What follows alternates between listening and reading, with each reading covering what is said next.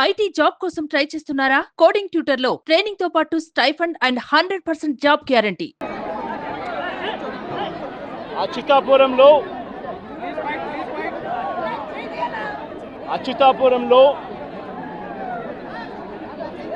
జరిగిన ఈ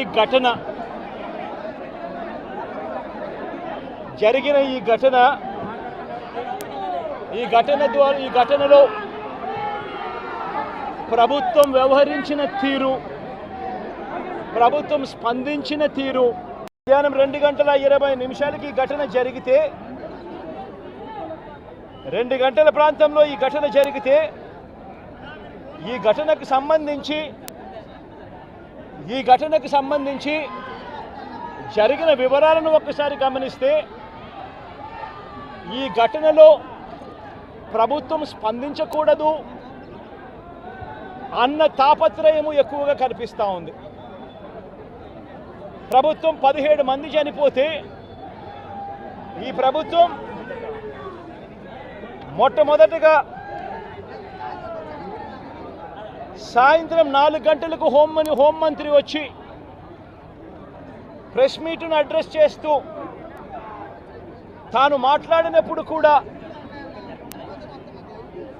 సహాయానికి సంబంధించి పర్యవేక్షించడానికి తాను అనకాపల్లికి వెళ్తున్నాను అన్న మాటలు వాళ్ళ నోట్లో నుంచి రాలేదు. మరో గంట తర్వాత అంటే సాయంత్రం 5 గంటల ఆ ప్రాంతంలో కార్మిక శాఖ మంత్రి ఎవరి పరిధిలోకి వస్తుందో, ఈ డైరెక్టర్ ఆఫ్ ఫ్యాక్టరీస్ అనేది ఎవరి పరిధిలోకి వస్తుందో, ఈ కార్మిక శాఖ మంత్రి కూడా ప్రెస్ మీట్ పెట్టి ఎంతమంది చనిపోయారో తెలియలేదు అన్నాడు. వివరాలు లేవు అని మాట్లాడతాడు. తాను కూడా హుటాహుటిన అక్కడికి వెళ్ళాలి అనే తాపత్రయం కూడా చూపించడు. ఘటన జరిగిన తర్వాత ఘటన స్థలానికి కలెక్టర్ ఎప్పుడు పోయాడు, అధికారులు ఎప్పుడు పోయారు, కమిషనర్ ఎప్పుడు పోయారు అన్నది ఒక్కసారి గమనిస్తే ఇంకా బాధ కలిగించే అంశాలు. అధికార పార్టీకి సంబంధించిన నాయకులు ఎప్పుడు పోయారు అని చూస్తే ఇంకా బాధ కలిగించే అంశాలు. కనీసం ఘటన జరిగితే కనీసం అంబులెన్స్ను కూడా కనీసం మొబిలైజ్ చేసి ఆ ప్రాంతానికి తీసుకుని రాని పరిస్థితి. బాధితులు ఎవరైతే ఉన్నారో వాళ్ళందరినీ కూడా కంపెనీకి సంబంధించిన బస్సుల్లో తీసుకొస్తా ఉన్నారు, హాస్పిటల్లోకి తీసుకొని పోయే పరిస్థితి.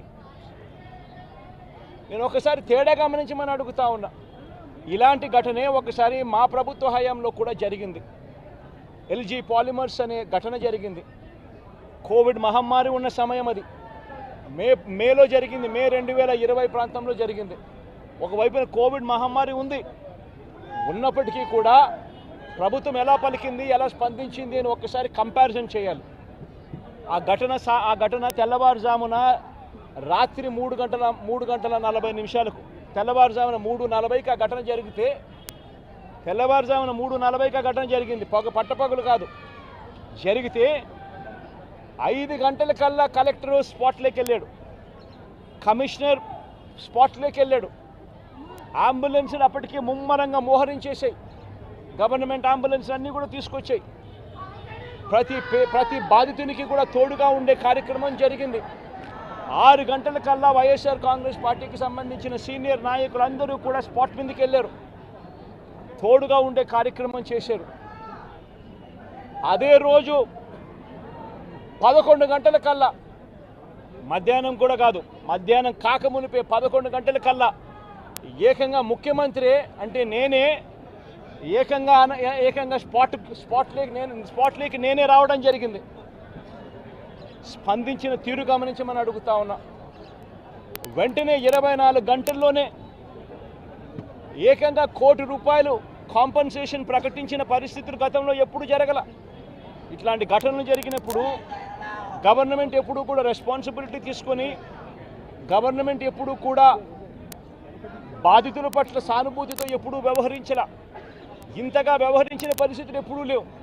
మొట్టమొదటిసారిగా ₹1 కోటి కాంపన్సేషన్ ఇచ్చిన ఏకైక ప్రభుత్వం మొట్టమొదటగా వైఎస్ఆర్సీపీ ప్రభుత్వమే.